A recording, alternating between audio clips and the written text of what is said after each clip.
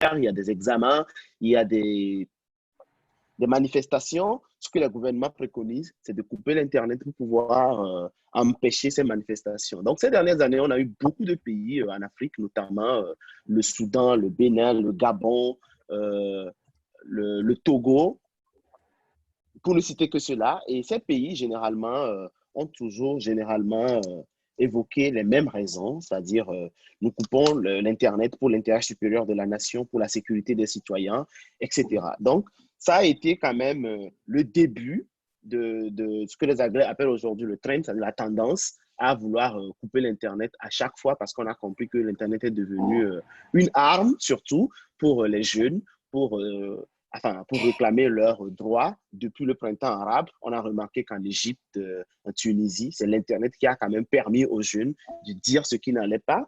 Et les rassemblements se faisaient plus en ligne que offline. Et ça, l'armée n'arrivait pas à contenir. Donc, ils ont compris que voilà, l'Internet est devenu une arme géopolitique. Et s'il fallait quand même continuer à gagner la guerre, il faut quand même restreindre les communications sur cette plateforme. Donc, ça a été quand même le début des coupures d'Internet, pour le résumer ainsi. Maintenant, sur l'aspect des droits, c'est-à-dire l'aspect des droits de l'homme, est-ce que l'Internet aujourd'hui est un droit? Ça va être la deuxième partie de ce webinaire et je vais partager une présentation avec vous. Vous pouvez le voir?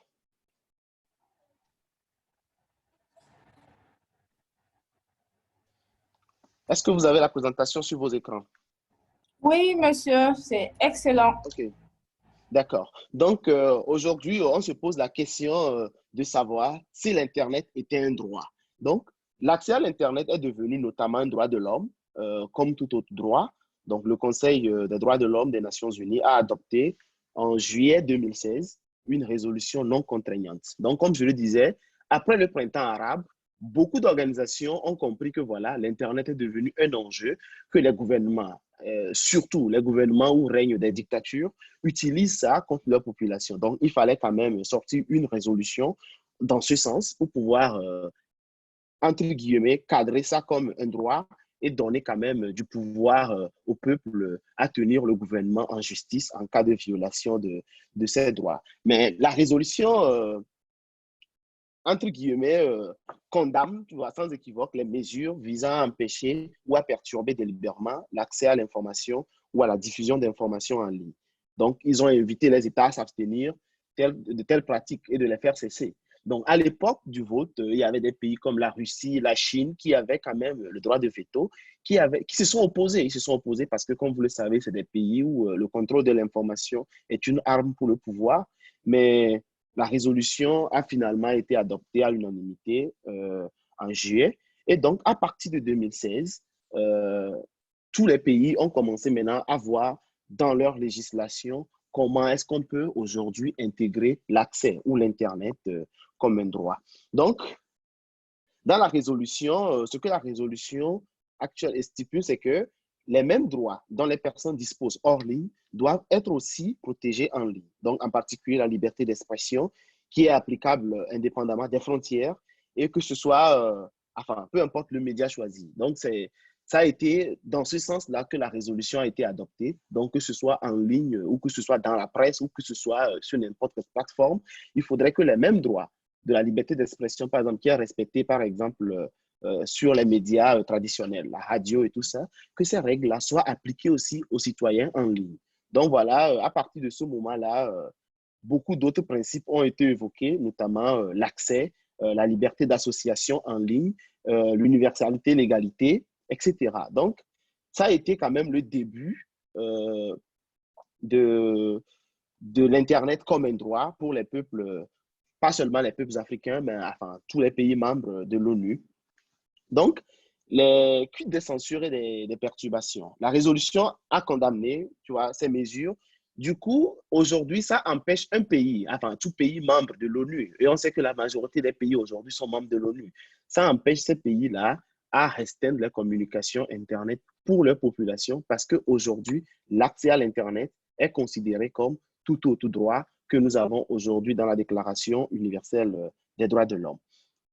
Donc aujourd'hui, est-ce qu'il existe vraiment des voies de recours? Quand Liliane essayait de faire un peu l'exposé, elle a parlé du Togo, du Bénin, et c'est des pays qui ont violé le droit des citoyens, parce qu'aujourd'hui, l'Internet étant désormais un droit, ces pays ont violé parce que les gens n'ont pas eu accès à la santé, accès, comment l'appelle-t-on, aux transactions bancaires, les gens ont été empêchés de faire leur travail, etc. Durant ces coupures-là. Donc, ces phénomènes, aujourd'hui, devraient engendrer des conséquences. Mais aujourd'hui, on se pose la question de savoir si c'est un droit. Est-ce que nos législations dans nos pays, c'est-à-dire la Constitution, le Code pénal et tout ça, est-ce qu'il y a les Anglais appellent ça aujourd'hui provision. Est-ce qu'aujourd'hui, il y a des lois, des textes de loi aujourd'hui qui encadrent l'Internet? S'il n'y a pas ces textes de loi, s'il y a une violation, qu'allons-nous faire en tant que citoyens ou qu'allons-nous faire en tant que société civile ou communauté technique? Donc, les voies de recours existant aujourd'hui, je vais les passer rapidement en revue. Nous avons les juridictions nationales, notamment la Constitution. Donc, la Constitution garantit la liberté. Et la liberté dans ce sens que ça va au-delà de la liberté offline, c'est-à-dire la liberté en ligne y compris. Donc, pour les pays qui n'ont pas de résolution, les juges ont souvent utilisé la Constitution pour statuer. Il y a aussi voilà, comme je le dis, les cours et les tribunaux nationaux, c'est vrai qu'aujourd'hui, on n'a pas assez de jurisprudence dans le domaine, mais il y a beaucoup de tribunaux comme au Soudan où des juges ont quand même statué pour expliquer que voilà, l'Internet était un droit. Donc, nous avons la Cour de justice de la CEDEAO qui aujourd'hui aussi a des tests qui leur permettent quand même de légiférer en termes de coupure d'Internet et de perturbation des réseaux. Nous avons le rapporteur spécial de l'ONU, enfin de l'Union africaine d'abord. Il a son bureau qui est basé à Banjul. Et lui aussi, il utilise la déclaration africaine des droits et libertés sur Internet, qui est une déclaration qui a été adoptée, comme l'ONU aussi l'a adoptée. L'Union africaine aussi a fait adopter une telle déclaration qui quand même va servir d'instrument pour les tribunaux et les juges en Afrique pour pouvoir statuer sur ces cas-là. Donc, nous avons aussi le rapporteur spécial des Nations Unies, aujourd'hui s'appelle David Kay. Donc, David Kay, chaque année, il sort un rapport spécial. Donc, si par exemple, des pays qui ont violé l'Internet, comme le Togo par exemple, les Togolais ou la société civile africaine peut saisir David Kay, qui est entre guillemets le porte-parole de l'ONU quand il s'agit des libertés en ligne. Donc, il représente aussi une de ces voies de recours. Et nous avons, comme je l'ai dit, la Déclaration africaine des droits et libertés sur Internet, qui a été adoptée en 2014. Donc, cette déclaration, en réalité, est un outil à partir duquel les États peuvent légiférer en matière de développement numérique. Donc, le travail de cette déclaration, aujourd'hui, il y a une coalition qui a été créée autour de la déclaration et la coalition s'appelle l'AFDEC. Donc, l'AFDEC utilise la déclaration comme instrument autour de 13 principes. Et ces 13 principes-là englobent, entre guillemets, tous les principes à partir de l'universalité, l'accès et tout ça, la liberté d'expression, etc., font partie de l'instrument-là que les juges aujourd'hui en Afrique peuvent utiliser pour légiférer en cas de coupure ou en cas de violation. Maintenant, je vais vous donner des cas pratiques dans lesquels mes organisations ou personnellement, j'ai été impliqué pour pouvoir demander justice à des citoyens. Donc, nous avons eu le cas du Togo. Donc, avec le Togo, il y a eu 8 organisations au total, notamment Paradigme Initiative, Amnesty International du Togo, Access Now et des associations du Togo qui ont saisi la Cour de la CEDEAO pour dire, voilà ce qui a été passé, voici les dommages causés aux utilisateurs. Voilà, il faudrait que la Cour statue à ce que l'État togolais répare les dommages causés ou les dommages engendrés par cette coupure. Donc, ça a été une victoire parce que ça a été une victoire au mois de février, mais la société civile n'a pas vraiment fait de communication autour parce que ça coïncidait avec les mêmes périodes où le Togo passait ses élections présidentielles de février dernier. Mais aujourd'hui, l'État togolais a fait appel à la décision devant la même cour. Donc, on attend aujourd'hui la décision finale des juges concernant la réparation, mais ça va être quand même une jurisprudence pour les autres pays de la CEDEAO que voilà, un pays a pu assigner, ou bien la société civile a pu assigner l'État pour demander une réparation aux citoyens, parce que ce que les avocats de la société civile demandent aujourd'hui, c'est que l'État puisse s'excuser publiquement aux citoyens et aussi réparer les dommages pour les citoyens qui peuvent apporter la preuve du dommage causé. Donc, c'est un peu le cas du Togo devant la Cour de justice de la CEDEAO. Nous avons aussi le cas d'Internet sans frontières et Access Now qui ont assigné l'État du Cameroun au Cameroun devant la Cour suprême du Cameroun et ils ont été déboutés, c'est-à-dire la Cour a rejeté le procès, disant que voilà, l'État du Cameroun n'a pas violé le droit des citoyens parce que voilà, pour eux, le droit à la vie, c'est-à-dire ils protégeaient la vie des citoyens et que le droit à la vie vient avant l'accès. Enfin, ça a été quand même d'échec pour la société civile, mais pour nous, ça a envoyé un signal à l'État camerounais parce que l'année suivante, l'État camerounais a organisé une élection présidentielle dont la coupure n'a pas été celle de 2017. Ils ont quand même su comprendre que voilà, désormais, si nous le faisons, ça ne va plus être peut-être devant une cour du Cameroun, mais ça peut être à l'ONU, ça peut être à l'Union africaine. Donc, l'État du Cameroun, le procès d'Internet sans frontières a quand même envoyé ce signal-là. Nous avons eu le cas du Soudan où des avocats, Access Now et la société civile locale ont aussi porté plainte contre l'État du Soudan et ont eu gain de cause. Et ça s'est passé en 2020. Ça s'est passé en février 2020. Ils ont eu gain de cause. Nous avons aussi les recours stratégiques au Nigeria.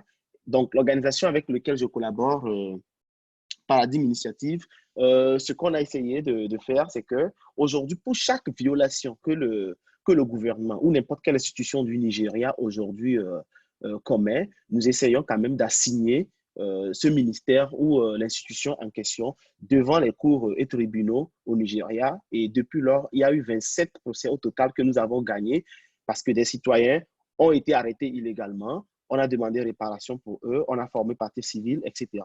Donc, on continue ces actions-là dans ces pays. Nous avons eu le cas du Tchad, par exemple, où le cas se trouve actuellement devant l'Union africaine pour statuer également. Donc, c'est à peu près les voies de recours que nous avons aujourd'hui sur le continent en termes de violation.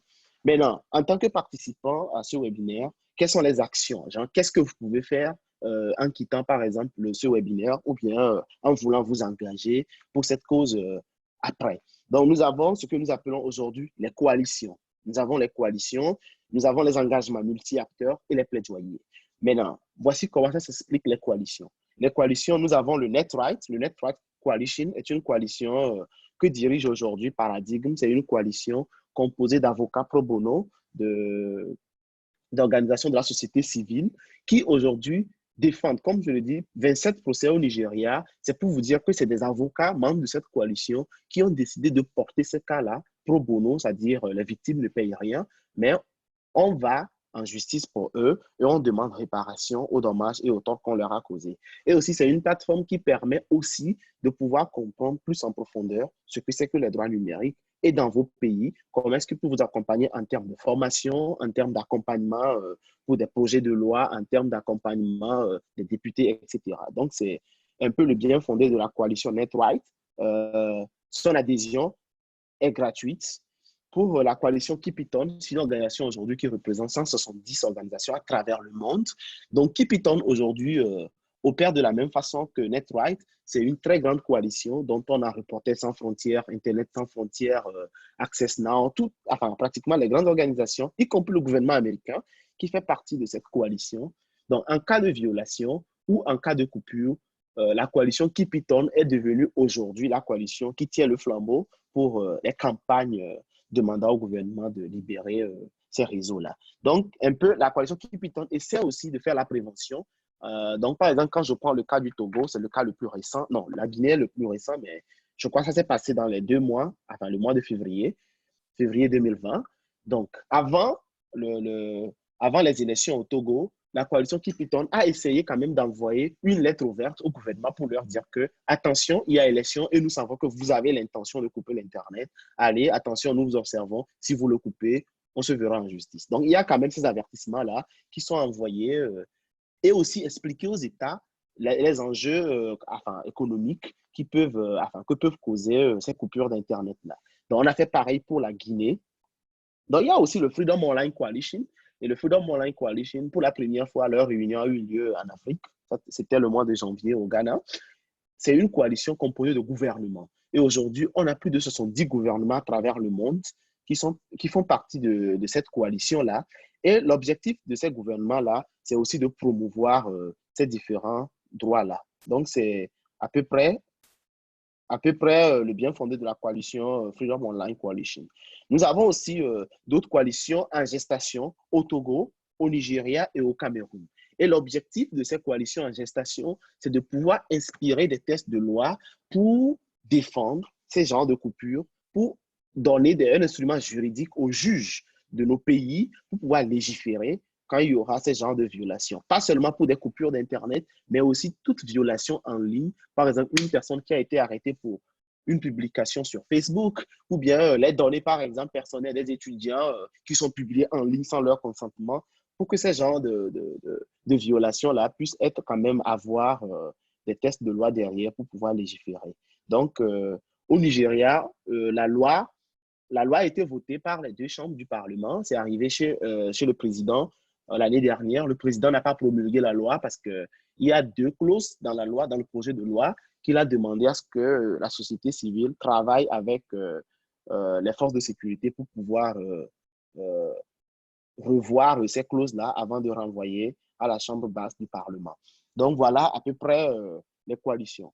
Pour le NetBlock et Uni Coalition, eux, ce sont les coalitions qui permettent aux utilisateurs de pouvoir mesurer les coupures d'Internet pour que, voilà, devant un juge ou bien devant un tribunal, on ait quand même des preuves que, voilà, l'Internet a été réellement coupé. Donc, dans le cas du Togo, par exemple, cette année, il y a eu beaucoup de liens qui ont été partagés pour Uni. Et une fois que les citoyens cliquent sur ce lien-là collecte les données techniques qui prouvent vraiment que, voilà, tel réseau et tel réseau a été coupé de tel moment à tel moment. Et devant un juge, que ce soit au Togo ou à l'étranger, on a des preuves palpables que, voilà, l'Internet a été coupé. Donc, Uni et NetBlock sont des outils qui nous permettent aujourd'hui de récupérer des preuves. Nous avons la AFEX, qui est une coalition aussi, mais spécialement pour la liberté d'expression en ligne. Donc, ils font pratiquement les mêmes choses comme les autres coalitions, mais avec un accent plus particulier envers les journalistes et la société civile. Donc, voilà, nous avons le AFDEC, la coalition derrière la déclaration africaine. Donc, cette coalition aussi permet aujourd'hui à faire promouvoir la déclaration en question pour que beaucoup de pays l'adoptent comme instrument pour pouvoir légiférer. Maintenant, au niveau des engagements multi-acteurs, nous avons les forums, nous avons les webinaires, comme ce que nous sommes en train de faire actuellement. Nous avons les politiques publiques, c'est-à-dire dans les politiques de 5 ans, de 10 ans, en termes de numérique des pays, que voilà, vous faites partie de ces politiques-là en tant que société civile ou en tant que comité technique, tout dépend du casquette que vous portez, apportez votre contribution dans ces politiques publiques-là. Nous avons aussi les tables rondes, les discussions de tables rondes qu'on a souvent lors de nos forums, les AGF, etc. Maintenant, au niveau du plaidoyer, nous avons des ateliers, des séminaires, comme l'année dernière. Je suis très ravi de voir beaucoup de participants ici qui étaient aussi à notre atelier à Dakar l'année dernière. Donc, l'année dernière, nous avons organisé le premier atelier pour l'Afrique francophone, où c'était rien que des pays francophones, 11 pays au total, à discuter sur ces questions-là et voir dans quelle mesure on peut les accompagner dans leur pays. Donc, nous avons ces différents séminaires et ateliers qui s'organisent chaque année. Et chaque coalition que vous voyez à gauche organise beaucoup d'activités, beaucoup d'ateliers, beaucoup de séminaires pour pouvoir équiper les nationaux à pouvoir prendre leur destin en main. Donc, nous avons aussi les rapports et les recherches. Donc, il y a beaucoup de travaux de recherche qui se font aujourd'hui. Nous avons, par exemple, le rapport sur les droits numériques. Nous avons publié un le mois dernier qui concerne l'année 2019. Au total, 13 pays. Et c'est un rapport très compréhensif qui permet de comprendre, par exemple, dans ces pays, dont par exemple en Afrique francophone, la RDC, le Bénin, le Cameroun, comprendre à peu près quelle est la situation réelle des droits numériques, que disent le gouvernement, la société civile, qu'est-ce qui se fait sur le terrain. Donc, c'est un peu ce genre de rapport. Donc, il y a beaucoup de rapports. Internet Society publie son rapport. Il y a aussi le rapporteur de l'Union africaine qui publie son rapport. Nous avons le rapporteur de l'ONU aussi qui publie son rapport. Donc, ces rapports nous permettent quand même de nous former, de comprendre un peu les enjeux dans les pays et comment les enjeux changent d'un pays à l'autre.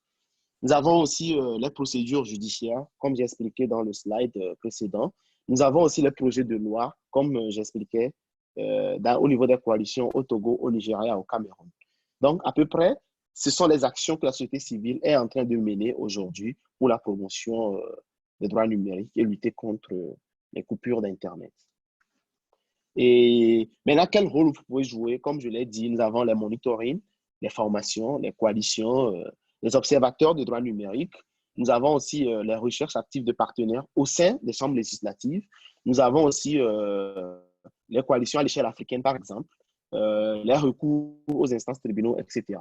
Donc, essayez quand même de rejoindre ces coalitions, ces groupes de travail pour quand même apporter votre contribution, modeste soit-il, pour que, voilà, dans vos pays, on puisse comprendre que, voilà, les droits numériques en ligne sont vraiment des droits comme tout droit de l'homme. Donc voilà, quelques organisations avec lesquelles vous pouvez collaborer ou coalitions avec lesquelles vous pouvez collaborer. Nous avons Paradigme, comme je l'ai dit, nous avons aujourd'hui des bureaux au Nigeria, au Togo, au Ghana, en Zambie, au Cameroun et en Tanzanie. Donc voilà à peu près. Et il y a aussi le forum sur les droits numériques qu'on organise chaque année au Nigeria. Cette année, le forum devait avoir normalement lieu à partir de demain, mais malheureusement, dû au Covid, on a annulé le forum le mois dernier. Donc, c'est l'un des plus grands forums sur le continent aujourd'hui qui rassemble au moins 300 participants de 35 pays qui viennent discuter rien que les droits numériques et les enjeux dans leur pays. Nous avons aussi FIFA Africa, qui organise l'organisation CIPESA. L'année dernière, c'était en Éthiopie, avant c'était le Ghana, avant c'était en Afrique du Sud. Donc, chaque année, ils choisissent un pays dans une région donnée pour organiser cette grande rencontre en termes de droits numériques et aussi discuter des enjeux. Nous avons aussi APC, qui est une organisation aujourd'hui qui a plus de 20 ans d'existence, qui exerce aussi dans les droits numériques. Nous avons Access Now avec la coalition Keep It On. Nous avons Internet sans frontières, qui aujourd'hui est basé en France et aussi avec beaucoup d'activités sur le continent. Maintenant, voici l'avant-dernier slide, quelques outils pour le monitoring et des éléments de preuve devant les tribunaux. Donc, ces quelques liens-là, je vais donner ça au modérateur, ils vont partager avec vous, que vous pouvez tester pour voir quels sont les sites, par exemple, qui sont bloqués dans votre pays. En cas de coupure d'Internet, vous pouvez les utiliser aussi pour mesurer, par exemple, la bande passante, etc. Donc, voici, entre guillemets, quelques trucs que vous pouvez publier. Nous avons aussi les rapports, je vais les partager avec les modérateurs, ils vont partager avec vous pour que vous puissiez faire aussi des lectures de ça. Merci beaucoup. Si vous avez des questions, je suis disponible pour répondre.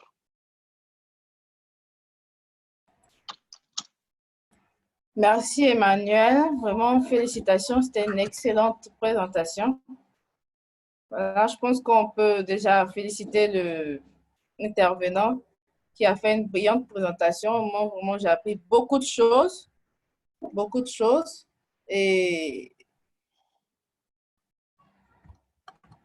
nous allons maintenant passer, puisque le temps est assez avancé, nous allons passer aux questions. Si vous avez des questions, vous pouvez lever la main, mais soyez très bref, s'il vous plaît, ou vous postez votre question dans le chat. Nous la poserons au formateur pour vous.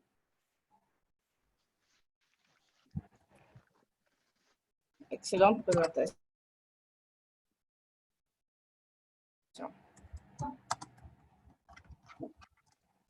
N'oublions pas que le but de ce webinaire, c'est à la fin de faire un draft de toutes vos contributions sur le sujet.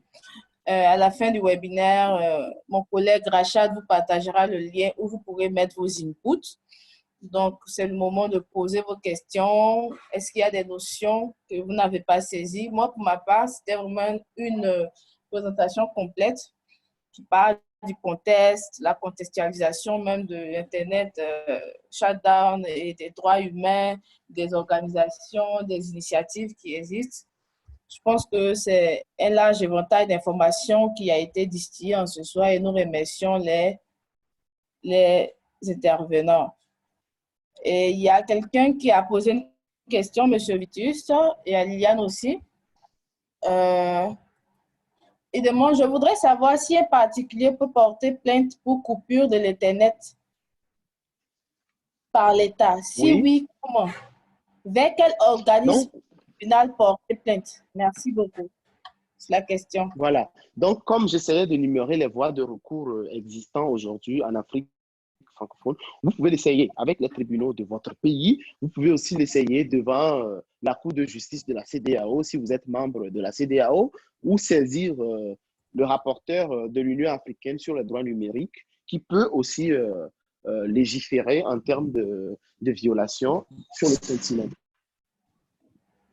OK. Merci beaucoup, Monsieur Vitus. Maintenant, les organisations que j'ai énumérées, Paradigme par exemple, pour toutes les coalitions que j'ai énumérées, ont des avocats pro bono aujourd'hui qui sont disponibles à porter votre message ou bien à porter votre plainte ou à former partie civile avec vous pour pouvoir porter ces plaintes devant les tribunaux. OK. Merci, Monsieur Vitus. Il y a deux personnes qui ont levé la main, mais avant que ces personnes ne puissent répondre, moi, j'aimerais poser une question, monsieur. Est-ce que l'État a le droit de couper Internet sous prétexte qu'il préserve l'intégrité et la souveraineté de l'État?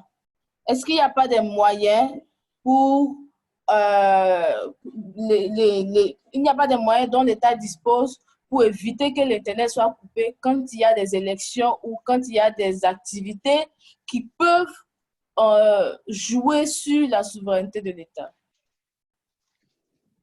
OK.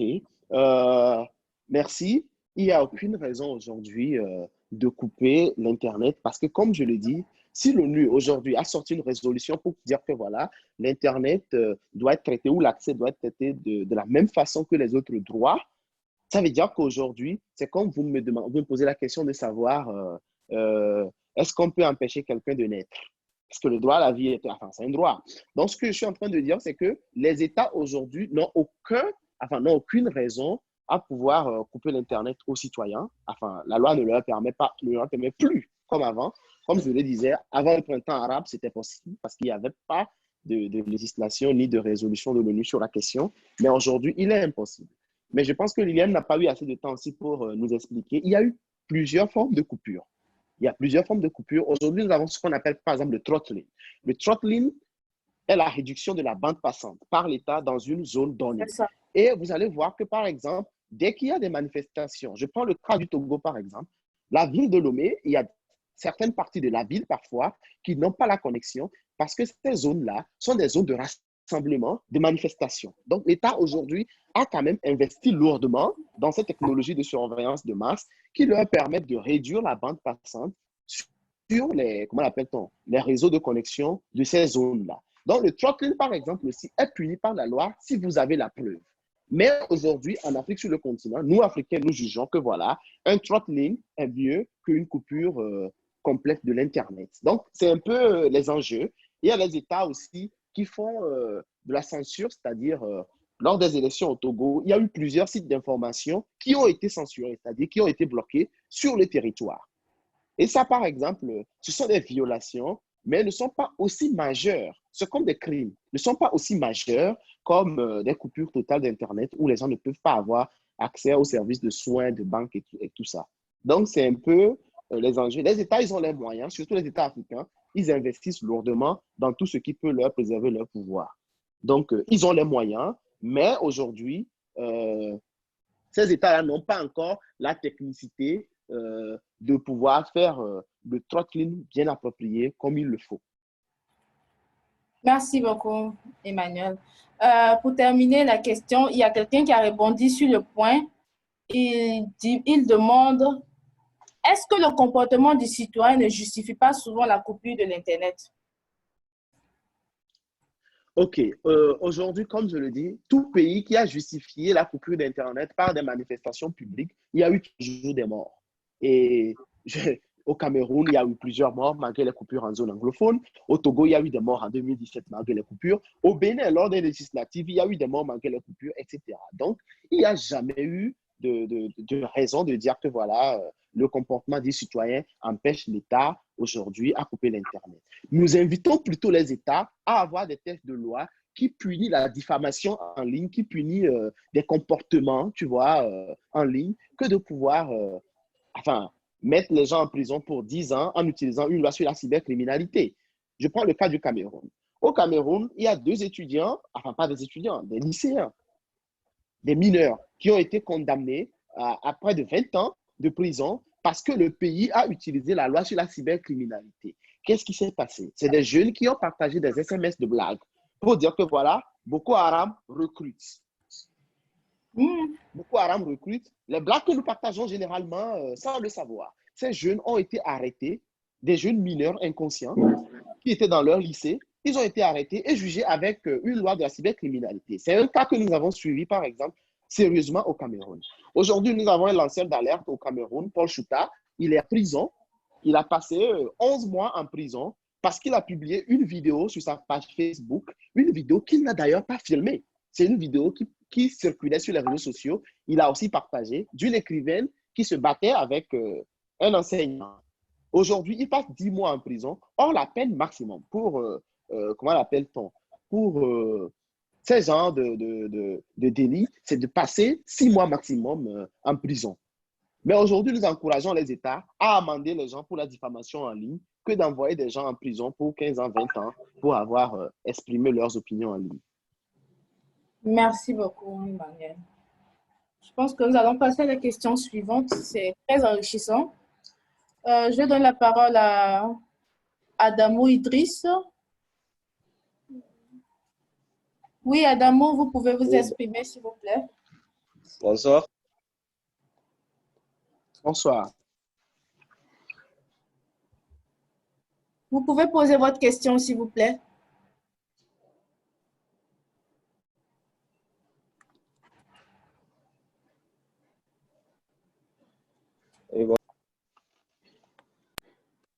Allô?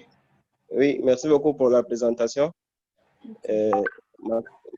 Ma question est de savoir si la coupure d'Internet dépend seulement de l'État ou bien même les distributeurs de réseaux peuvent.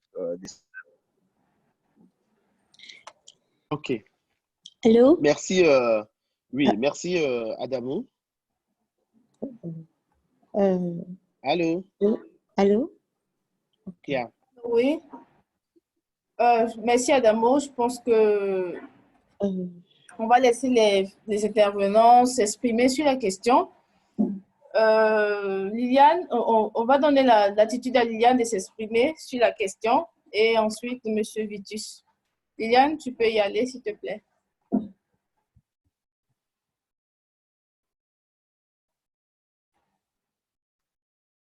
Allô, Liliane?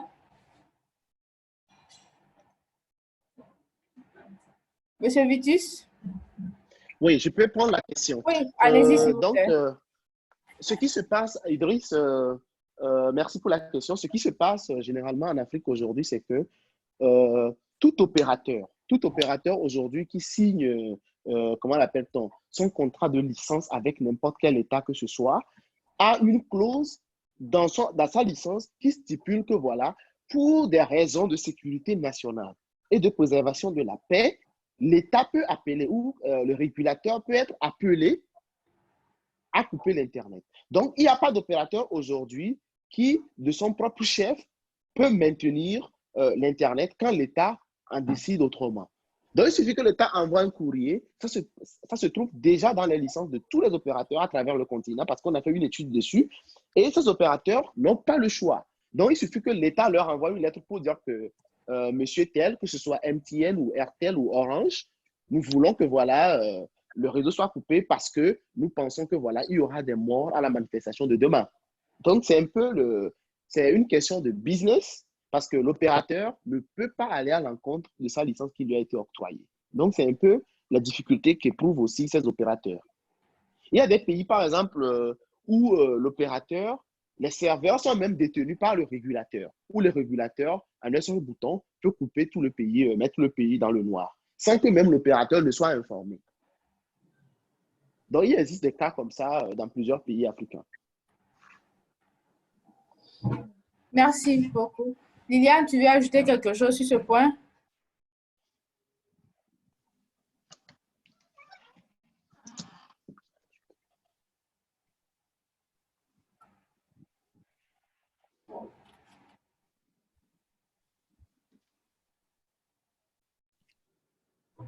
Alors, Liliane, tu veux ajouter quelque chose sur ce point? Je disais tantôt que Emmanuel a pratiquement tout dit concernant l'opérateur et l'État. L'opérateur n'a pas de raison de couper Internet parce que l'opérateur, en coupant Internet, va voir son chiffre d'affaires considérablement baisser parce que ce n'est pas la souscription au bundle que l'opérateur se fait des chiffres. Étant donné que de nos jours, les clients des opérateurs ne passent plus d'appels, n'utilisent plus réellement le GSM. On utilise plus Internet. Donc, du coup, couper Internet reviendrait à dire à l'opérateur d'investir sans avoir un retour sur investissement. Aussi, il y a un point que Emmanuel a donné tout à l'heure parlant de trolling, où il disait que l'État, en fait, certains États ne coupent plus complètement Internet dans les pays, mais pratiquent plutôt, ralentissent le débit de connexion. Je voudrais revenir sur les zones dites anglophones ici au Cameroun. Sur les rapports qui ont été publiés, où tout le monde connaît, on dit que l'Internet a été coupé pendant 6 mois au Cameroun. Mais ce n'est pas vrai. Parce que dans ces zones-là, ils sont restés pendant 18 mois sans Internet. Quand bien même on envoyait la connexion Internet, on ne pouvait même pas envoyer ne serait-ce qu'un simple message. Ce sont les personnes-là, les personnes qui vivent dans cette région-là qui ont pu développer par les moyens des VSAT, des VPN dans ces zones-là. Ils ont pu développer une sorte de technique pour avoir Internet via le satellite. Mais sinon, au Cameroun même, donc je veux dire l'État camerounais, donner directement la connexion aux populations de ces zones-là, non. C'est longtemps après que cela s'est fait, justement à la veille des élections. Mais sinon, avant ça, ils sont restés pendant longtemps sans connexion Internet. Super. Merci beaucoup. Nous allons passer à la deuxième question. Il n'y a plus de main levée. Mais il y a des questions dans le chat. Donc, j'avais l'impression qu'il y avait quelqu'un qui avait levé la main. Ok. Ah oui, c'est bon, j'ai vu. Je prends rapidement. Bon, on va évoluer avec les questions dans le chat. Il y a quelqu'un qui pose, il demande, si vous permettez, il y avait un document partagé sur lequel on avait les questions. Donc, que faire lorsque des États comme celui du Cameroun rejettent les plaintes? OK. Que faire dans ces cas? Comme je le dis aujourd'hui, le cas du Cameroun a été aujourd'hui les premiers coups d'essai de la société civile. Et comme je le dis, aujourd'hui, les États, si vous voyez les coupures d'Internet, la plupart des pays qui coupent l'Internet ont des pouvoirs où le chef de l'État a passé plus de 10 ans au pouvoir. Ça aussi, c'est une étude, c'est une étude que CIPESA a menée et on a compris que voilà, il y avait un lien entre la gouvernance et les coupures d'Internet. C'est-à-dire, ces présidents, entre guillemets, que nous appelons aujourd'hui en Afrique dictateurs, enfin, c'est vrai que c'est un mot que je n'aime pas utiliser, mais aujourd'hui, c'est des gars qui ont passé des mandats au-delà du mandat requis. Donc, ces chefs d'État aujourd'hui, il ne s'agit pas que des coupures d'Internet, mais aujourd'hui, le droit n'est pas dit dans ces pays-là. Ça veut dire qu'ils mettraient le système judiciaire à leur cause. Mais en tant que société civile, on ne se limite plus aujourd'hui au cas du Cameroun. Si au niveau du Cameroun, la plainte a été rejetée, vous avez la possibilité de saisir l'Union africaine. Si au niveau de l'Union africaine, vous n'avez pas la possibilité, vous pouvez saisir l'ONU. Et ce qui est aussi intéressant aujourd'hui, c'est que le Freedom Online Coalition, par exemple, quand vous saisissez la coalition-là, la plupart des membres de cette coalition, la Norvège, la France, l'Allemagne, les États-Unis, font partie des pays que nous appelons les pays du Paris Club. Ces pays-là sont la plupart des bailleurs et des partenaires techniques et financiers de nos pays. Donc, ce qui se passe généralement, c'est que quand vous saisissez cette coalition, par exemple, ils ne vont plus débloquer de fonds pour votre pays, pour le développement du numérique, sans mettre l'accès de la protection en ligne dans les clauses. Donc, c'est aussi des armes aujourd'hui que la société civile est en train d'activer.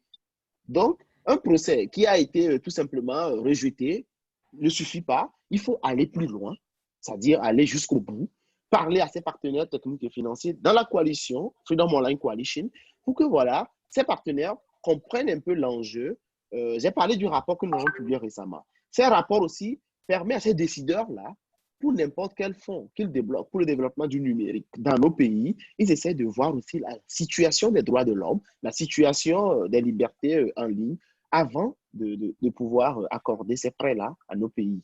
Donc, c'est très important.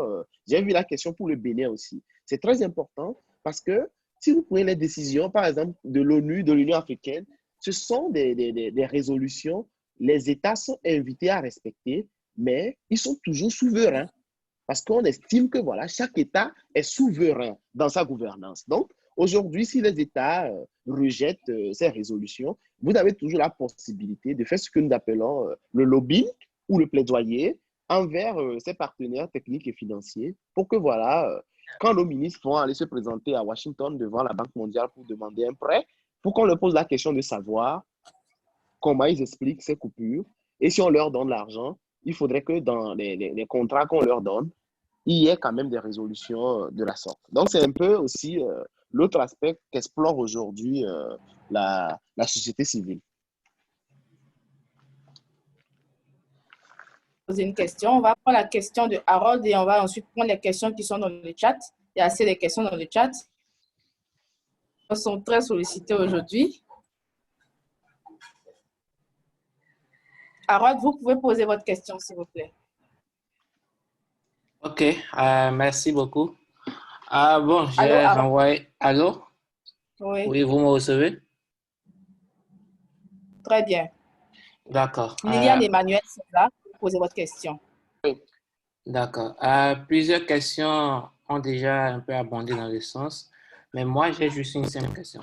Aujourd'hui, quand on parle de couper Internet, pour les États, c'est soit un acte de souveraineté, mais pour les organisations comme ISOC, l'ONU et autres, c'est une violation des principes de liberté d'expression. Alors, ma question est simple. Quelle est la frontière entre préserver l'ordre d'un côté et de l'autre, garantir la liberté des utilisateurs? Parce qu'on est un peu comme ballotté. À quoi allons-nous référer? D'accord. Je peux répondre? Allez-y. D'accord. Donc, aujourd'hui, il n'y a pas de frontière. Il n'y a pas vraiment de frontière entre la liberté d'expression et la souveraineté de nos États. Le problème qui se pose aujourd'hui, prenons juste la liberté d'expression offline, c'est-à-dire les radios. Aujourd'hui, il y a toujours des violations. Les journalistes sont toujours en prison. Mais qu'est-ce qui se passe? Dans beaucoup de pays, on a donné plus de pouvoir au code de la presse, où le journaliste peut publier, par exemple, un contenu. L'État ne peut pas l'obliger à révéler ses sources, parce que le code de la presse le protège. C'est de la même chose, enfin aujourd'hui c'est comme une carapace. C'est la même chose que nous cherchons aujourd'hui quand nous parlons de projet de loi au Nigeria, projet de loi au Togo, projet de loi au Cameroun. Apporter cette carapace-là qui protège le citoyen aussi. Et dans cette protection, il y a aussi des obligations pour les citoyens. Comme je le disais, on préfère qu'un citoyen qui a diffamé en ligne soit amendé, à payer des amendes pour sa diffamation comme correction, que d'aller passer 20 ans derrière les barreaux. Donc, il y a toujours des obligations. On ne parle pas que de droits. À côté des droits, il y a toujours des obligations. Donc, dans chaque projet de loi, nous mettons aussi les obligations à côté pour pouvoir permettre aussi à l'État de pouvoir gouverner. Donc, c'est un peu l'enjeu. Il n'y a pas vraiment de frontières, mais on essaie d'apporter une sorte de balance entre les deux pour ne pas quand même laisser les utilisateurs sans défense. Merci.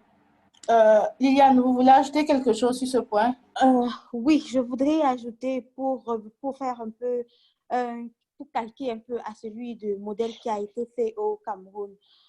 Suite à la coupure d'Internet qui s'est passée dans les zones dites anglophones, les lois ont été mises sur pied justement pour pallier à ça. Désormais, au lieu de couper Internet, il suffit juste que quelqu'un donne une information et que cette information n'est pas vrai, afin que ce soit un fake news, que directement, soit on lui demande de verser une amende et parfois c'est un montant qui est très élevé ou alors on l'envoie en prison. Donc, pour dire que le gap, en fait, le gap entre la protection des droits et la souveraineté des États, je vais dire, c'est un peu, c'est limite, en fait.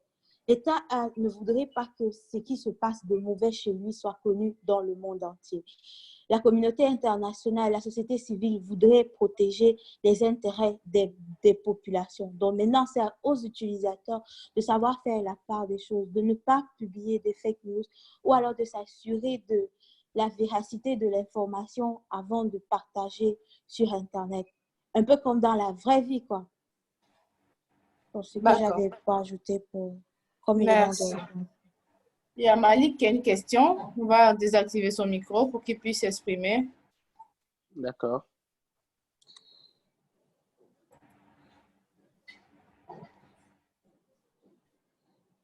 Alors, merci beaucoup. Merci à Emmanuel et à Liliane pour les différentes présentations et pour toutes les clarifications. Le Bénin s'est doté d'un code appelé code numérique. En tant que spécialiste des droits du numérique, j'aimerais avoir votre avis par rapport à ce document. Est-ce que vous pensez que ce document protège les citoyens béninois ou est juste une couverture pour au gouvernement de pouvoir gérer Internet dans notre pays? OK. Merci beaucoup, Malik. J'ai pris quand même le temps de lire les 600 pages du Code du numérique du Bénin. Enfin, ça fait partie quand même de l'un des codes progressifs en Afrique francophone. Mais aujourd'hui, la question au Bénin qui se pose aujourd'hui, c'est la question de l'application de ce code du numérique. Parce que avec l'arrivée au pouvoir de Patrice Talon, c'est le problème qu'on a en Afrique. En Afrique, il y a une très grande différence entre les lois et leur application. Enfin, l'applicabilité des lois, aujourd'hui, c'est très difficile en Afrique. Pas seulement au niveau des lois, mais au niveau aussi des politiques publiques. C'est-à-dire, on copie, on vient, on colle parce qu'on a besoin d'un prêt, on a besoin du Millennium Challenge. On nous a obligés à faire voter tel pour pouvoir avoir tel. Donc, il y a aussi cet enjeu-là aujourd'hui qui se présente au Bénin. Sinon, dans le contenu, enfin, dans le fond, le code du numérique au Bénin est très progressif. C'est vrai qu'il y a encore des manquements en termes de protection en ligne et tout ça, mais il faut quand même dire qu'au niveau de l'applicabilité, c'est un peu compliqué au niveau du Bénin. J'ai eu la chance de discuter avec le conseiller juridique, au niveau du ministère des Postes et Télécoms du Bénin. On a discuté à Addis et il m'expliquait que voilà, le Bénin a coupé l'Internet parce que nous devons sauver des vies. On a passé pratiquement 2 heures de temps à ne pas nous entendre parce que à la fin, il m'a dit offline, je joue mon rôle en tant que gouvernement. Tu joues ton rôle en tant que société civile. Et comme je le dis, aujourd'hui, chez les anglophones, il y a quand même un peu de progrès parce que les gens comprennent que voilà, le gouvernant aujourd'hui peut devenir le citoyen demain. Donc, dans l'application de ces lois-là, ils sont très méfiants parce qu'ils savent que voilà, les lois qu'ils votent aujourd'hui peuvent être appliquées pour eux demain, ou les jurisprudences qu'ils posent aujourd'hui peuvent être appliquées pour eux quand ils ne seront plus au pouvoir. Donc, c'est un problème typique de l'Afrique francophone où on a des difficultés à appliquer, même si on copie les bons codes qu'on vient implanter dans nos pays. Donc, c'est le problème qui se pose au Bénin. Ce n'est pas le code d'Anel, mais comment le code est aujourd'hui appliqué devant les tribunaux. Parce qu'on a vu beaucoup de cas, par exemple, le cas de Casimir, qui a été le journaliste Casimir qui avait été arrêté au Bénin, même après la coupure. On a eu même le cas du journaliste qui avait participé à la télé de CFI qui a été arrêté et condamné. On a eu des cas comme ça au Bénin aujourd'hui où il n'y a pas quand même comment l'appelle-t-on? On a appliqué des lois, des lois qui ont été votées pour des droits offline qu'on a appliqués pour des peines, ou des délits que les gens ont commis online. Donc, c'est un peu la difficulté au niveau du code du numérique du Bénin. Non seulement il y a des manquements dedans, mais il y a aussi le bon côté, on ne l'applique pas non plus. D'accord. Merci beaucoup, Emmanuel. Merci, Liliane. On va terminer avec quelques dernières questions. Il y a Junior de la Côte d'Ivoire qui demande qu'on propose aussi des solutions de contournement de la coupure d'Internet effectuée par certains gouvernements. Car je pense que les gouvernements sont conscients de l'existence de la liberté d'accès à Internet pour les populations, mais ces gouvernements font fi de cela. OK. C'est très intéressant de proposer des solutions de contournement. Oui, les solutions de contournement, comme je le dis, À la veille de chaque élection présidentielle, grande manifestation, ou c'est-à-dire toutes les causes qu'on connaît, ce que nous essayons de faire, c'est qu'on essaie quand même de prévenir. C'est-à-dire, on essaye de former les gens à utiliser les outils comme les VPN, à utiliser les outils de contournement, de censure et tout ça. Mais n'oubliez pas, le moment où vous apprenez aussi, le gouvernement aussi apprend. On a eu ce cas au Bénin. La plupart des coupures qu'on a observées jusqu'au cas du Bénin, c'était des coupures où le gouvernement coupe l'Internet, mais quand vous utilisez le VPN, vous avez accès au contenu. Mais quand c'est arrivé au cas du Bénin, les VPN même ont été bloqués. C'est pour vous dire que quand c'est comme cette réunion que nous avons, certainement, il y a le gouvernement aussi qui participe. Et c'est pour vous dire que tout ce que vous apprenez aujourd'hui, le gouvernement l'apprend aussi. Il y a eu des pays comme le Zimbabwe où on a voté une loi, l'usage du VPN est illégal. C'est comme en Chine.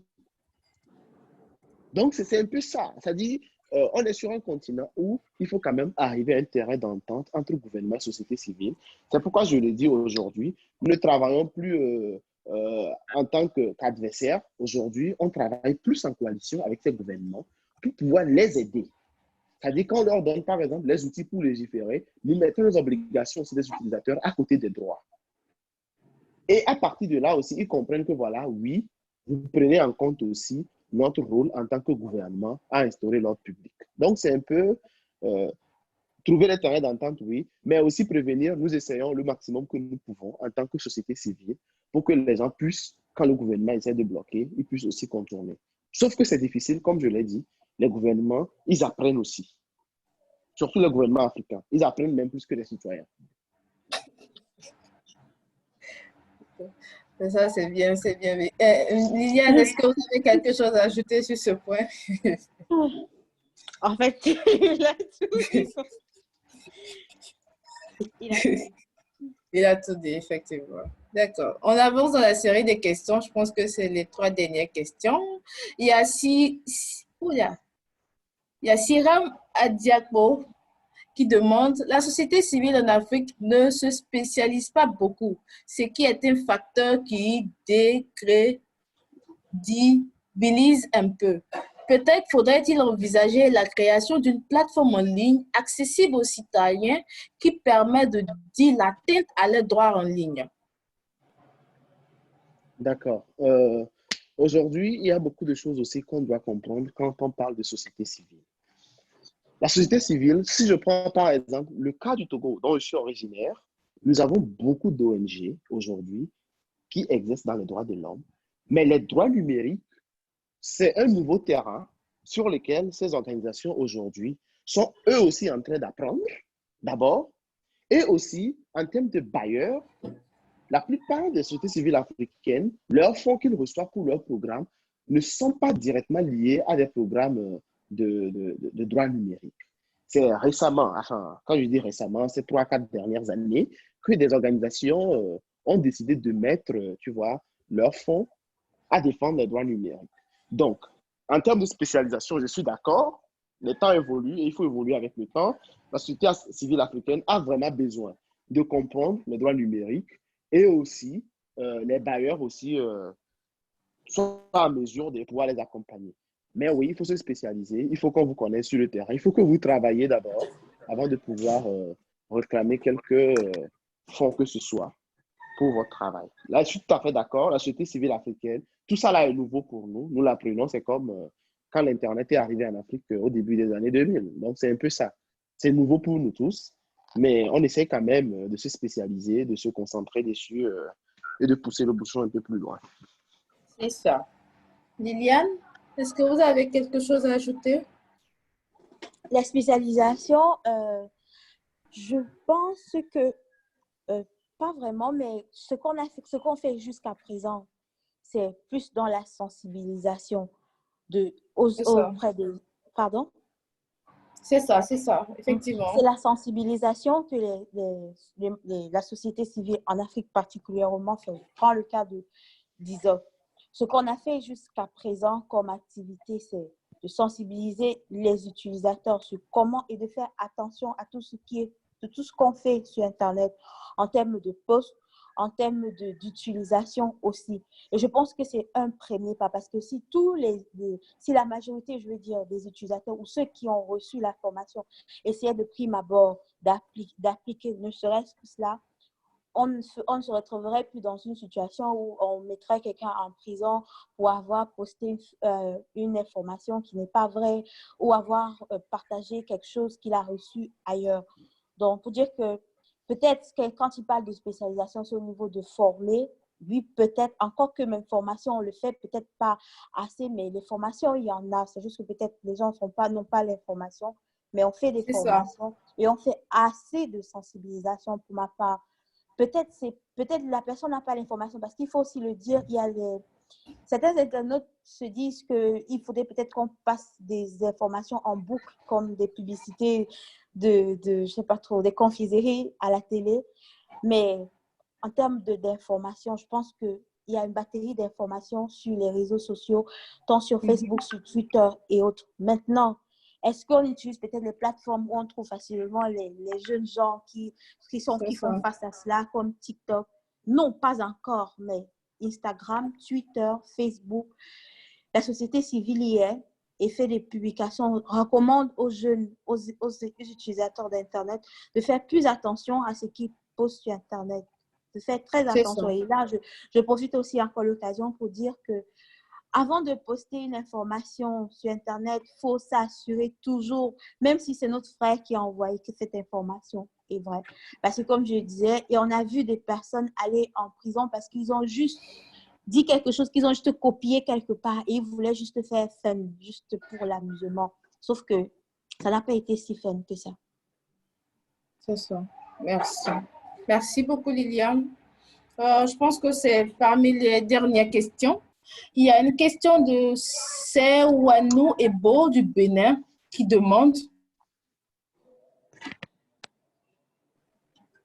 Monsieur Emmanuel Vitus, c'est avec un plaisir que je vous ai suivi. Je pense que les coupures Internet sont souvent observées pendant des périodes électorales ou des périodes de protestation et les gouvernements prétendent préserver la sécurité publique.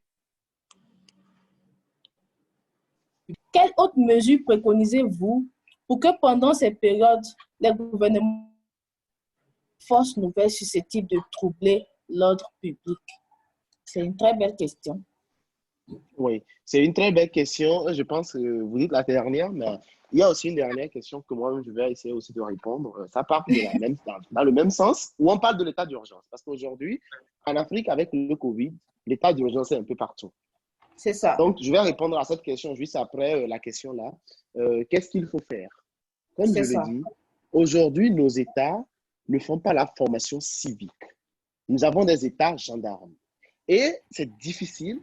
Dans leur rôle régalien, oui, je dis c'est difficile parce que nous avons des États gendarmes qui veulent juste gouverner.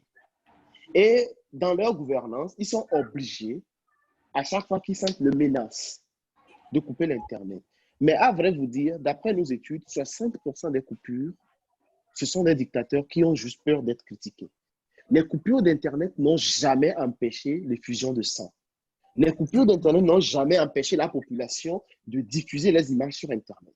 Je vous donne le cas du Togo. En 2017, l'État a coupé l'Internet, mais le pays voisin, qui était le Ghana, les gens traversaient la frontière pour aller envoyer des contenus à l'étranger. C'est pour vous dire que les coupures d'Internet n'ont jamais empêché des gens de partager des contenus, même s'ils ne le partagent pas pendant la coupure, même si c'est 100 ans, dès que vous allez redonner la connexion, ils vont le partager. Donc, ça n'a jamais été une raison.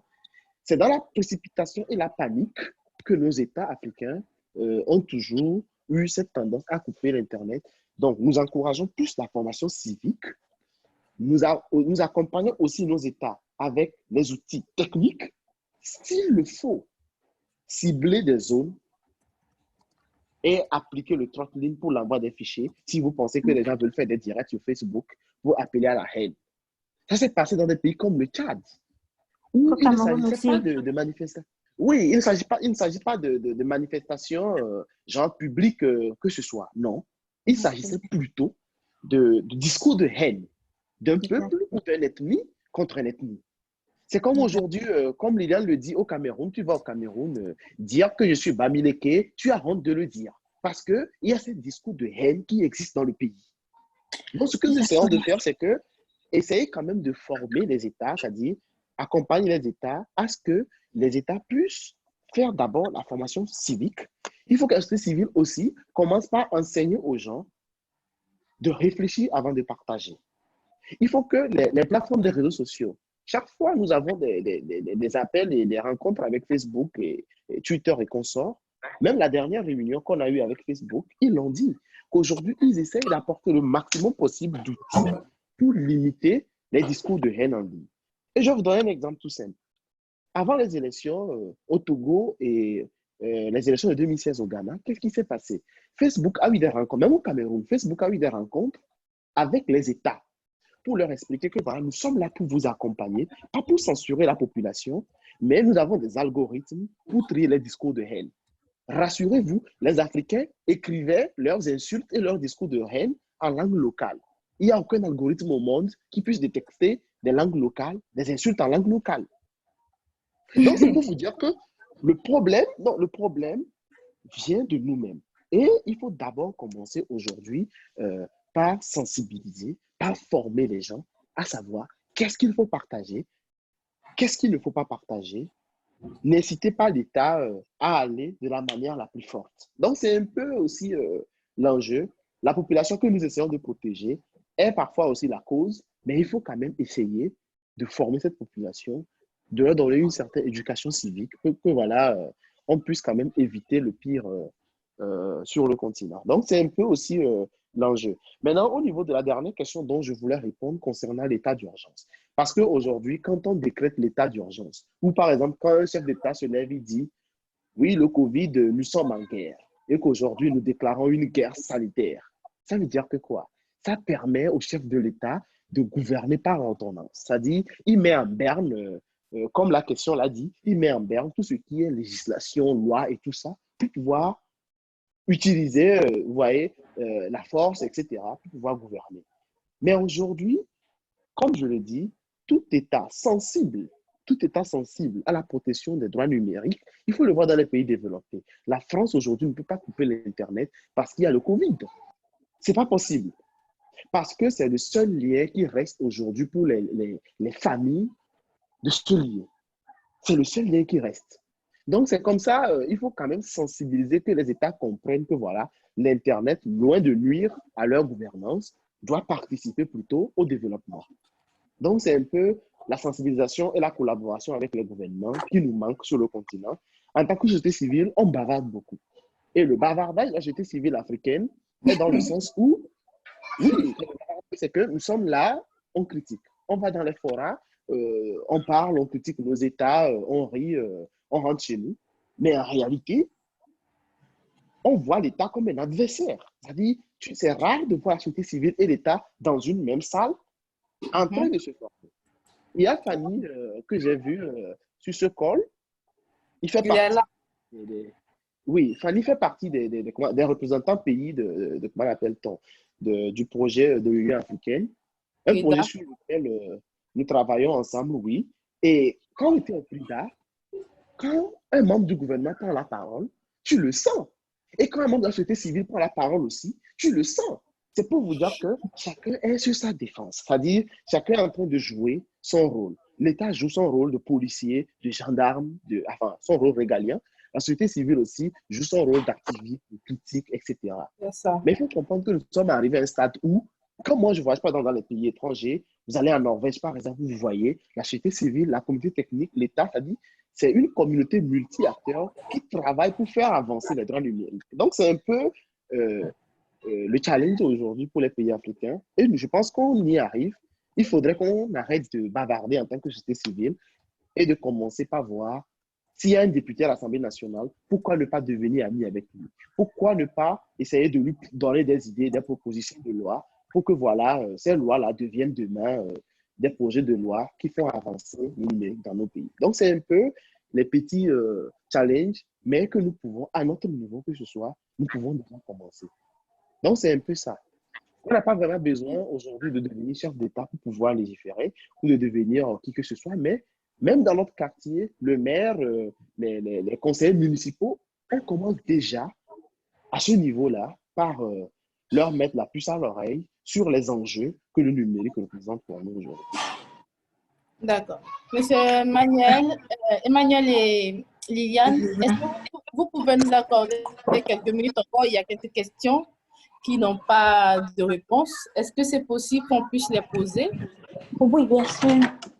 D'accord. Il y a Zessou Romaric du Bénin qui demande: récemment, le Bénin est à partie de la Charte africaine des droits de l'homme et des peuples, a refusé d'appliquer une ordonnance de la Cour africaine des droits de l'homme et des peuples. Quelles sont désormais les garanties des citoyens qui éprouvent les mécanismes juridictionnels, sachant qu'aujourd'hui, les États peuvent faire preuve de refus? La question encore, parce que je pense qu'on a répondu à la question. Oui, Reposez-le voir. effectivement. Je pense que vous avez déjà répondu à la question sous une autre forme. Je réponds à la question. Récemment, le Bénin, État partie de la Charte africaine des droits de l'homme et des peuples, a refusé d'appliquer une ordonnance de la Cour africaine des droits de l'homme et des peuples. Quelles sont désormais les garanties des citoyens qui éprouvent des mécanismes juridictionnels, sachant aujourd'hui que les États peuvent faire preuve de refus? En grosso modo, s'il y a une ordonnance que l'État refuse d'appliquer, une charte que l'État refuse d'appliquer, quelles sont les autres voies de recours? Voilà, c'est ça. Quels sont les mécanismes? Voilà, je pense que j'avais déjà répondu à la question. Oui, Comme je le dis, tout État est souverain. Tout État est souverain. Et comme je le dis, même quand vous allez à la Cour de justice de la CEDEAO, une décision prise par la Cour de justice de la CEDEAO n'est pas obligatoirement appliquée par l'État. Ça, il faut le savoir. Mais au moins, ça vous donne gain de cause pour que l'État comprenne que voilà, les futurs cas à venir, il peut être amené plus loin que ça. Et comme je le disais aujourd'hui, la société civile a compris que nos États, même devant l'ONU, ils n'ont pas honte. Donc, ce que nous essayons de faire, c'est de voir où est-ce que ça fait plus mal. Nos États n'ont pas de ressources. Oui, oui, c'est ça. Les partenaires financiers, les partenaires techniques. Donc, on essaie aujourd'hui d'inclure ces partenaires-là dans notre lutte. Voilà. Parce que voilà, ça dit, quand les États se présentent devant ces partenaires-là, que ces questions soient les questions qui sont le plus abordées. Je vous donne la question des États-Unis, par exemple. Les pays africains aujourd'hui, leur objectif, c'est de pouvoir garantir le Millennium Challenge des États-Unis. Ça leur permet quand même de construire des écoles, des hôpitaux et tout. Mais si vous allez postuler pour le Millennium Challenge et que voilà votre droit de l'homme en ligne, on vous pose des questions dessus et que vous avez peut-être 10 journalistes ou bien web activistes en prison, je ne pense pas que vous aurez le Millennium Challenge. C'est ça, en fait, notre objectif ultime. Donc, c'est un peu les autres mécanismes aujourd'hui qui sont appliqués. Mais c'est toujours bien d'amener l'État devant la justice. Je vous ai donné l'exemple du Cameroun. En 2018, tout le monde s'attendait à une coupure d'Internet au Cameroun. Même s'il y a eu des throttling au Cameroun, il n'y a quand même pas eu de coupure totale d'Internet au Cameroun. Ce sont des exemples que nous voulons toujours donner parce qu'on a remarqué que le travail qui a été fait en amont a payé. Parce qu'avant les élections, on a rencontré le régulateur, l'État, la société civile, on les a formés avant les élections. Et ça a payé. Donc, c'est un peu l'enjeu aujourd'hui. Pour que les gens comprennent, parce que le gouvernement, ils ne comprennent d'ailleurs même pas que voilà, un droit puisse exister appelé Internet. Parce que, un, ils ne l'utilisent pas, et deux, ils ne savent pas l'utilité. D'accord. Merci beaucoup. J'ai une question. En termes de droits de l'homme, quelles peuvent être nos contributions pour apprendre à nos populations quels sont les droits et les devoirs face à l'utilisation de l'Internet? Je pense que c'est la question d'un jeune qui souhaiterait, par exemple, être un acteur pour contribuer à l'inclusion numérique des populations. Quelles sont quelles peuvent être ces contributions? OK. Au début du développement de l'Internet sur le continent, ou bien même dans le monde avant, quand il y a eu l'Internet, il n'y avait pas d'institution qui gérait l'Internet. Donc, il y avait des normes qu'on appelait à l'époque le net etiquette.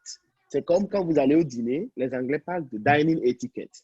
On vous dira que ne mettez pas l'eau dans le verre de vin. Un peu ça. Donc, on appelle ça le net etiquette, c'est-à-dire l'étiquette du net.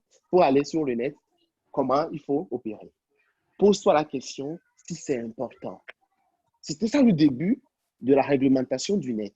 C'est-à-dire, il n'y avait pas de loi prescrite, mais le net étiquette était entre guillemets ce que tout le monde utilisait pour pouvoir aller en ligne et sans causer de tort à qui que ce soit. Donc aujourd'hui, on appelle toujours les jeunes à retourner à cette règle informelle du net étiquette qui est une charte de conduite et de politesse recommandée pour les utilisateurs d'Internet. Avant de partager, par exemple, ces jeunes doivent se poser un certain nombre de questions qui leur permet quand même de ne pas tomber dans les mailles de l'État ni de leurs voisins, violer quoi que ce soit des règles de bonne conduite en ligne. Donc, c'est très important. J'ai vu une autre question dans le groupe qui va dans le même sens. Par exemple, quand on dit, aujourd'hui, nous pensons que voilà, en vulgarisant les droits numériques ou en vulgarisant c'est ça, la codes, question exemple, de Sewanou Ebo du Bénin encore. Oui. Ça dit, en vulgarisant ça, nous sommes en train d'encourager la propagation des fausses nouvelles. Non, j'insiste dessus parce qu'aujourd'hui, je vous ai dit, il n'y a pas de code du numérique ni de, comment appelle-t-on, ni de projet de loi que la société civile est en train d'écrire ou contribuer sans apporter les devoirs des citoyens. Il y a ça. Mais les devoirs des citoyens, c'est qu'on veut juste trouver un milieu dans lequel où une personne, je l'ai dit et je le répète, ne publie pas une fausse information en ligne et se retrouve avec 20 ans en prison. Mais il faut que l'amende soit proportionnelle à la peine commise. C'est-à-dire qu'il faudrait quand même qu'on donne quand même les moyens à l'État de pouvoir légiférer et à la fois protéger ses citoyens. Donc, c'est les deux. Quand il y a les devoirs, il y a toujours les droits à côté. Donc, c'est les droits et les devoirs. Mais aujourd'hui, nous faisons face seulement à des devoirs entre guillemets. Donc, il faut quand même qu'il y ait cette balance entre les deux, les droits et les devoirs des citoyens. Merci. Non, je pense que merci à nos intervenants. Vraiment, il y avait une rafale de questions. Nous allons prendre maintenant les 2 dernières questions en ligne. Donc, ouvrir les micros, pardon. Je pense que nous allons terminer ce webinaire. Ça a été vraiment très enrichissant. Vraiment, les intervenants étaient à la hauteur du challenge. Je remercie. Merci Déjà, beaucoup. avant de donc, Brian, je déverrouille ton micro. Je vais partager la présentation. Tous ceux qui ont rempli avec leur mail, on va les envoyer la présentation et aussi les différents rapports que j'ai mentionnés pour vous permettre de continuer par lire et par vous former dans le domaine. Maintenant aussi, s'il faut quand même, je peux vous encourager parce qu'aujourd'hui, il y a eu au moins 40 personnes ou 37 personnes dans le chat. C'est inédit pour l'Afrique francophone. Quand je dis inédit, ça fait depuis... Oui, parce que les droits numériques, c'est une question que j'aborde depuis des années maintenant. Et je peux vous assurer que même au forum de l'année dernière, même à l'école africaine sur la gouvernance, ou même à l'école au niveau de comment l'appelle-t-on, de l'Afrique de l'Ouest, l'année dernière, on n'a pas eu autant de participation de l'Afrique francophone. Donc, c'est très important de maintenir quand même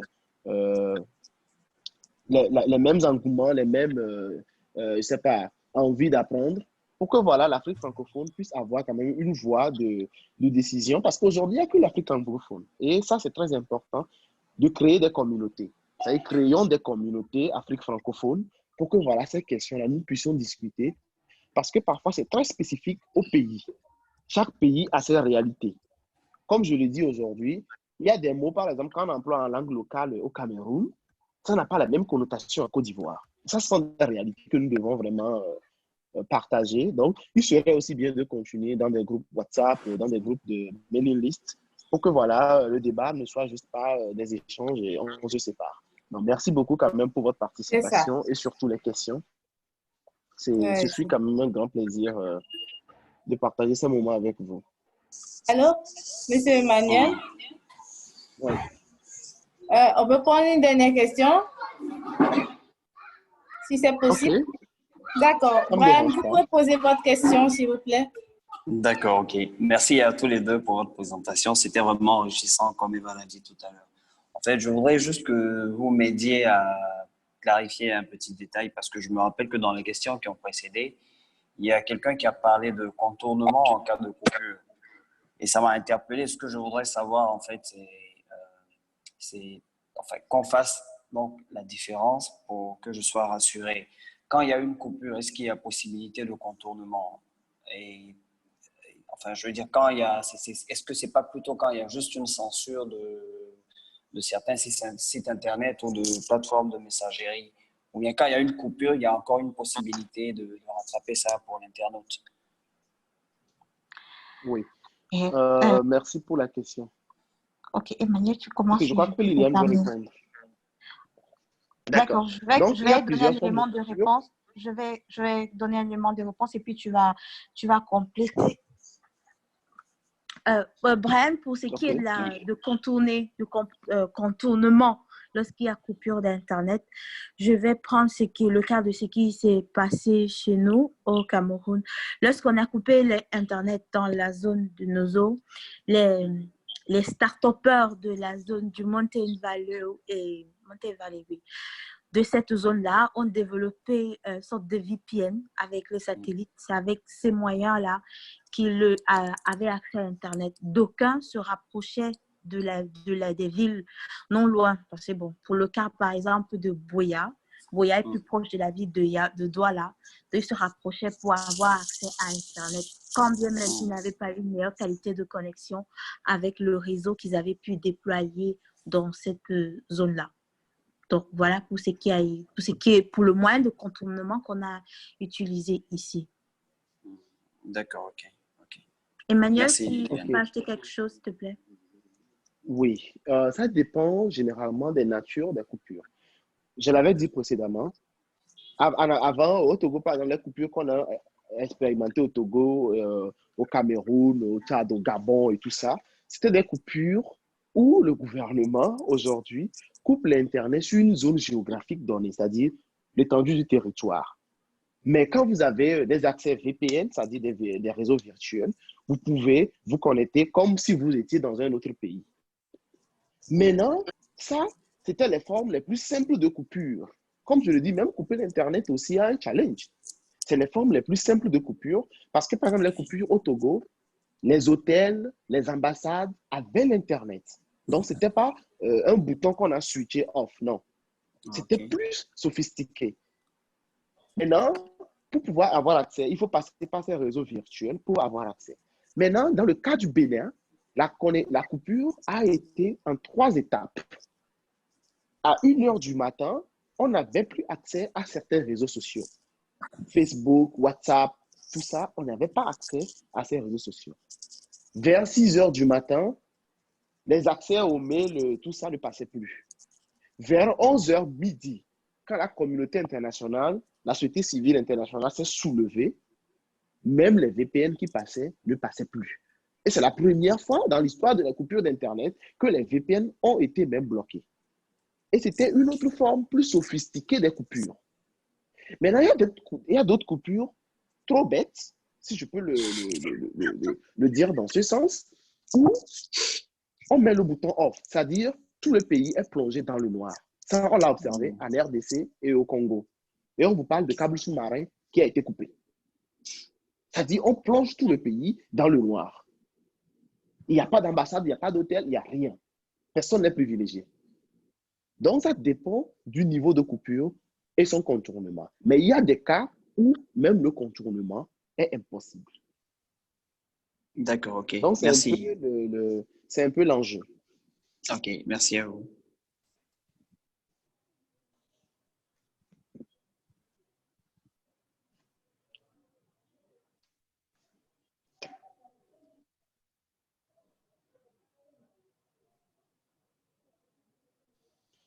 Du coup, s'il n'y a plus d'autres questions, je pense que je vais devoir vous laisser, mais il est Aussi, important que nous continuions la discussion disons, vraiment en ligne. offline. Mhm. Après le webinaire, il faudrait quand même qu'on garde la discussion jusqu'au forum, si possible, si le Covid nous permet, jusqu'au forum ouest africain. Ouais. Aussi, on pourrait, les participants, pour ceux qui sont encore en ligne, qui ont des questions, peuvent poser leurs questions sur les différentes plateformes, sur les réseaux sociaux, en taguant, en mettant le hashtag de l'événement et en taguant Emmanuel et moi. Et comme ça, là, si ça passe sur nos comptes, on peut y répondre. Parce que dire qu'on va prendre toutes les questions, c'est un sujet qui est très intéressant et qui touche tout le monde. On n'a pas besoin forcément d'être un pro de l'informatique pour que ça nous intéresse, vu que Internet, c'est désormais un outil pour tout le monde et que tout le monde utilise, surtout avec cette histoire de coronavirus où tout le monde doit travailler de la maison. Donc, pour les questions, pour d'autres questions, on pourrait poser ça sur Twitter ou sur Facebook. N'oubliez pas de mettre le hashtag de l'événement et de taguer Emmanuel, Eva, moi. Comme ça, on pourra venir y répondre. Allô? Oui. Bon, je pense que c'est bon. On n'a plus de questions. On a plutôt des merci. Merci aussi à vous d'avoir fait 2 heures avec nous et à très bientôt. Merci aussi à toi, Emmanuel. Bon, au revoir. Au revoir. Merci beaucoup.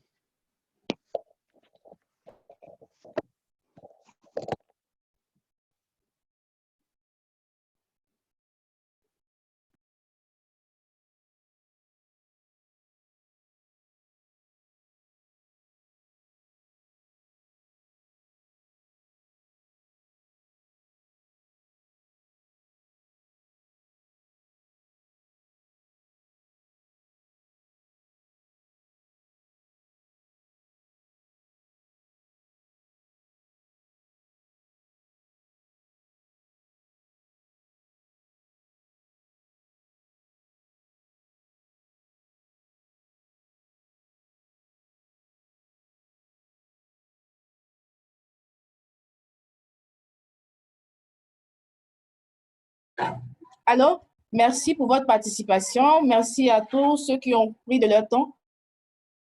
Félicitations à tous. N'oubliez pas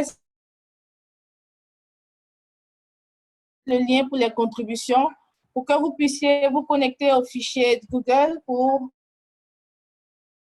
mettre vos contributions.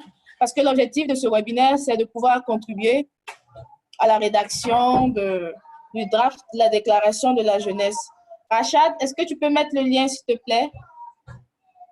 Donc, pour ceux qui ont des questions complémentaires, vous pouvez les poster sur Twitter en utilisant Merci Rachad. Donc, voici le lien pour contribuer. Vous mettez votre nom, votre genre, votre prénom, votre pays et vous mettez des contributions qui pourraient aider à rédiger la déclaration des jeunes francophones de l'Afrique de l'Ouest. Et pour ceux, vous pouvez les poster sur Twitter vous pouvez les poster sur Twitter en utilisant les hashtags qu'on vous a donnés. Rachel, tu peux remettre les hashtags que j'ai donnés avec les identités. Avant que vous ne quittiez, avant qu'on ne termine ce call, je vais vous donner rapidement le programme de la semaine prochaine. Donc, il faut dire que nous sommes dans une série de webinaires et nous avons 5 webinaires. C'est le premier webinaire sur les coupures Internet et les droits humains. La semaine prochaine, nous aurons un autre webinaire aussi intéressant avec des experts sur la question. Donc, on vous invite à nous suivre dans cette aventure. Comme on l'a dit précédemment, on voudrait, au travers de ces webinaires-là, plus d'engagement de la communauté francophone.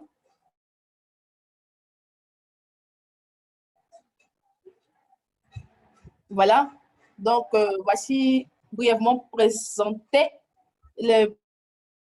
dans un calendrier qu'on vous partagera dans le groupe Telegram. J'espère que tout le monde est dans le groupe Telegram pour faciliter les choses. Donc, on aura la semaine prochaine protection des données et propriété intellectuelle. Donc, quand on parle de RGPD, quand est-ce que les droits, pardon, quand est-ce qu'on parle de protection des données personnelles, qu'est-ce qu'une donnée personnelle, comment protéger vos données personnelles et quand est-ce qu'il y a atteinte aux données personnelles. Je pense que ça sera un webinaire tout aussi intéressant, que celui que nous venons de vivre. Ce sera le jeudi prochain. Donc, on invite tout le monde à se connecter, tout le monde à participer. On vous remercie. Merci aux intervenants. Merci à tous ceux qui ont participé. Et à bientôt. Nous sommes disponibles aussi par mail, dans Telegram, Eva, Afi, Yvette, Rachat. Nous sommes tous dans des préoccupations. Vous pouvez nous contacter inbox. Merci et à bientôt.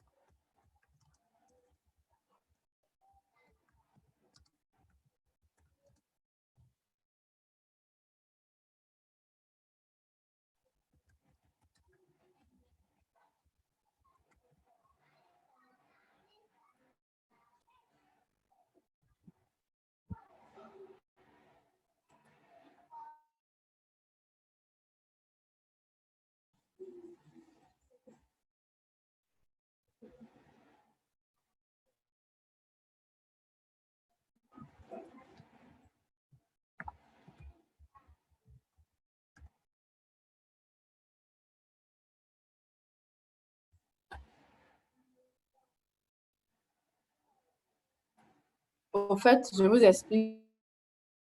Ça veut dire notre chance. C'est que je me suis donné pour voir.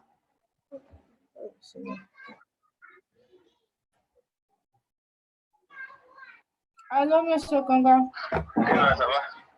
Ça va pas. Pourquoi? Il dormait, vous m'avez réveillé. On va mettre un appel de ton pied là, comme ça, tu vas te faire un pied tout. Jamais, jamais.